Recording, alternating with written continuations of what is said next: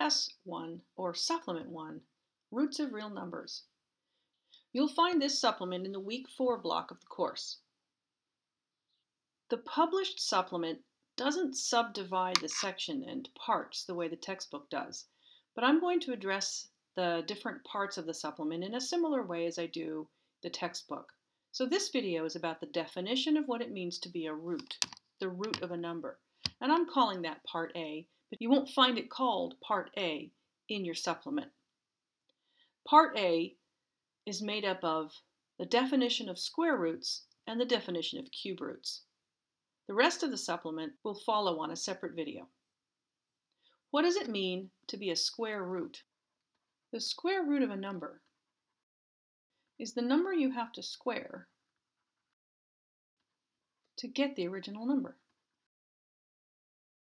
So notice that I'm looking at the square root of a number, and the definition of the square root of a number is a number. So I'm talking about two different numbers here. Let me show you what I mean. The square root of 9 is the number you have to square to get 9.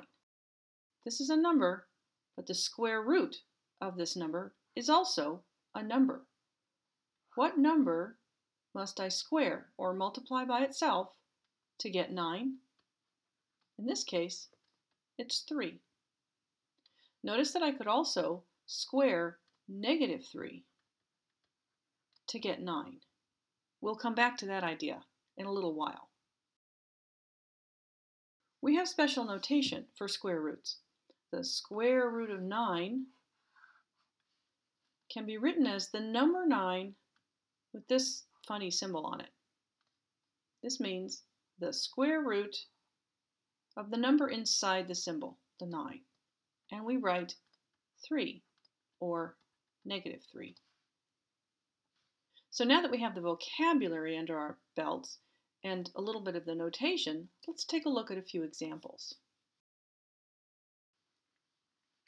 What is the square root of 16? What is the number that I have to square to get 16? Well, that's 4, or -4, right? Because 4 squared and -4 squared both give me 16. So the root, specifically the square root of 16, is either 4 or -4. We're going to go back and forth on this idea a little bit during the rest of this course. For now, though, how do you know which of these two numbers is the answer? We need a way to distinguish which of the two I mean when I write this out. So here's what we're going to do. If I write the square root of 16, you're going to tell me that the answer is 4. If the answer I wanted from you was -4, then I would write the square root of 16, which I know to be 4, with a minus in front of it. So the square root of 16 is 4, and the opposite of the square root of 16 is the opposite of 4.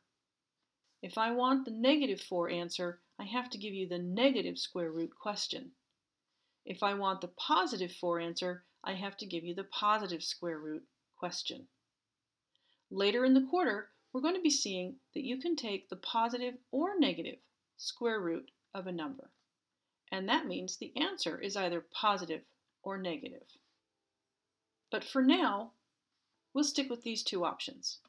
If I want the positive answer, I have to give you the positive question. There's no plus here, but it's implied. If I want the negative answer, I have to give you the negative question. Let's rewrite this problem again. The square root of 16. We know that to be 4 because 4 is the number you have to square to get 16. In other words, I could write the square root of 16 as the square root of 4 squared. That translates to the square root of 4 times 4. If I can find a way to write this number as something squared, then I can see that the something is actually the answer. The other way to look at it is that because there are 2 copies inside the square root multiplied, I can see that 1 copy is the answer. Either or both of these forms of writing the square root out, as simplifying it if you will come into play later on. So you'll be well ahead of the game if you can see that the square root of 16 is the square root of a number squared, and that that number is actually our answer. Or that the square root of 16 is the square root of a number times itself. In this case, the number is 4, and that gives me the answer. Let's try that with something else. What's the square root of 100? Well, what number do I have to multiply by itself to get 100? Clearly, the answer is 10.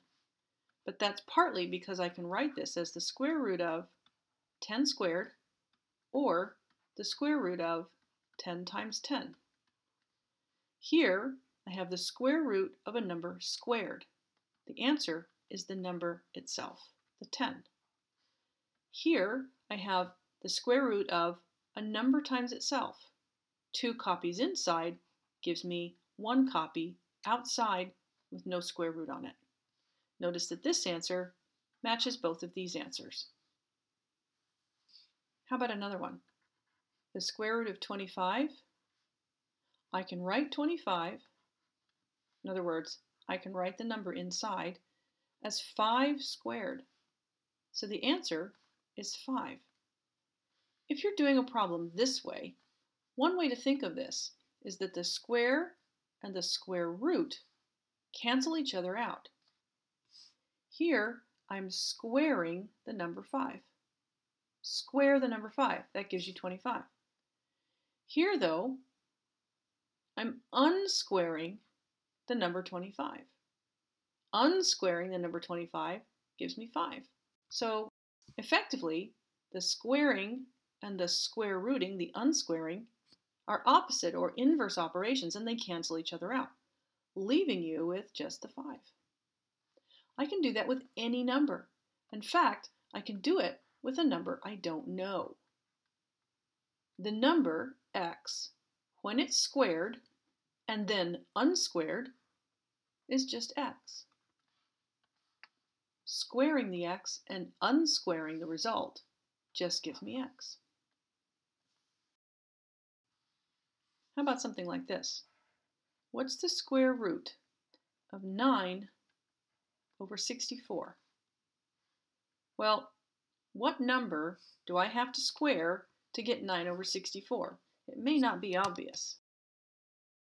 One way I can think of this, though, is that 9 is 3 squared and 64 is 8 squared. And if you'll remember from a previous section, I said that you could write a fraction squared as the numerator squared over the denominator squared. In other words, if I had 2/3 all squared, I could write that as 2 squared over 3 squared. Well, what I'm about to do here is this property backwards. I'm going to take top squared over bottom squared and rewrite it as fraction squared. Here we go. Top squared over bottom squared is fraction squared. Now I can see that what I have here is a number squared and unsquared. Squared and unsquared cancel each other out, leaving me with 3 over 8. Remember that I said if I wanted a negative answer, I had to give you a negative question? Let's evaluate this square root. What's negative? The square root of 81 over 49. Well, the square root part can be written as a fraction squared. We'll come back to that in a minute. But that's just this piece here. What about this negative? That needs to come down in front as well. I'll evaluate this piece, but my answer is going to be the opposite of whatever I get here. So what am I going to get here? Well, 81 over 49 can be written as 9 squared over 7 squared. And what that means is that I can write the whole thing as 9 over 7 squared. If I can write this number this way, then I can replace what's inside the square root here with the same thing in a different form, 9 over 7 squared. Now I can see that the squaring and unsquaring cancel each other out, leaving me with, for the number, 9 over 7. But I still have to bring down my negative sign. All the arithmetic got done in here. My final answer had to be made negative by just bringing down the negative sign. That's very different, though, from if I give you a question like this. What's the square root of negative 36? Well, you might think, well, 6 times 6 is 36 and just make the answer negative. But that's not what's happening here. Remember that the square root of a number is the number I have to square to get this number. What number should I square to get negative 36? Some of you will guess that 6 would work. Let's try it. 6 squared means 6 times 6, and that's positive 36. So that's clearly not the right answer. What if we tried negative 6? Our number's negative, so perhaps the number we need to square should be negative. Well, negative 6 squared means negative 6 times itself. And that is a negative times a negative, which is a positive. 6 times 6 is 36. I'm looking for negative 36, not positive 36, so that won't work either.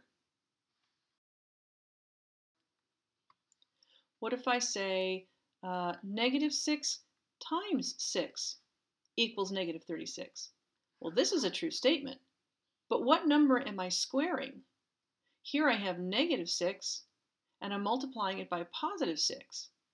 These are different numbers. They have the same size. They're the same distance from 0 on the number line. But negative 6 and positive 6 are different numbers. This is not a number squared. So although this statement is true, I haven't found the number I can square to get negative 36. That won't work either. So what am I going to do? It turns out that no matter what combination of 6's I try, none of them works. There is no number that I can square to get negative 36. So there's no way I can take the square root of negative 36. There is no number that will do this for me. So there is no real solution. It turns out, for those of you who are interested, there is a solution, but it's not a real number.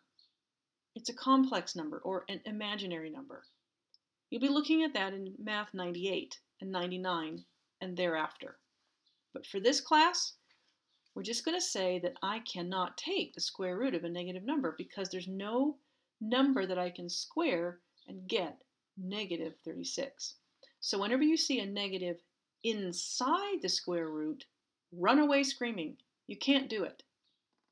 Here's my mathematical answer, but I can also write the set of all solutions for this problem is empty. The other notation for the empty set is this. On WAMAP, we need to write that the answer we're looking for does not exist. This is what you would type into WAMAP if you were asked to do a problem like this. You'll get used to writing this in WAMAP questions, so if that's what you end up writing on your midterm or your final, as long as it's the correct answer, I'll accept that there as well. On paper, you can use any of these, at least in my class. I actually think that's enough for one video. So I'm going to say that part A, really, is just the definition of square roots. We'll look at the definition of cube roots, the next part of the supplement, in the next video.